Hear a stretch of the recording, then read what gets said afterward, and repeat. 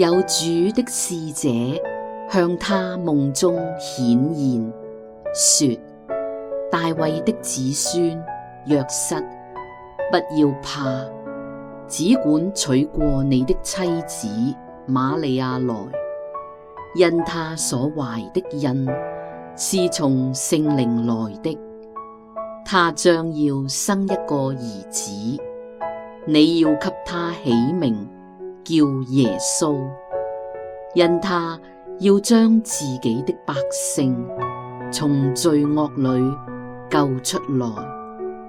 這一切的事成就，是要應驗主藉先知所說的話，說：必有童女懷孕生子，人要稱他的名為以馬內利。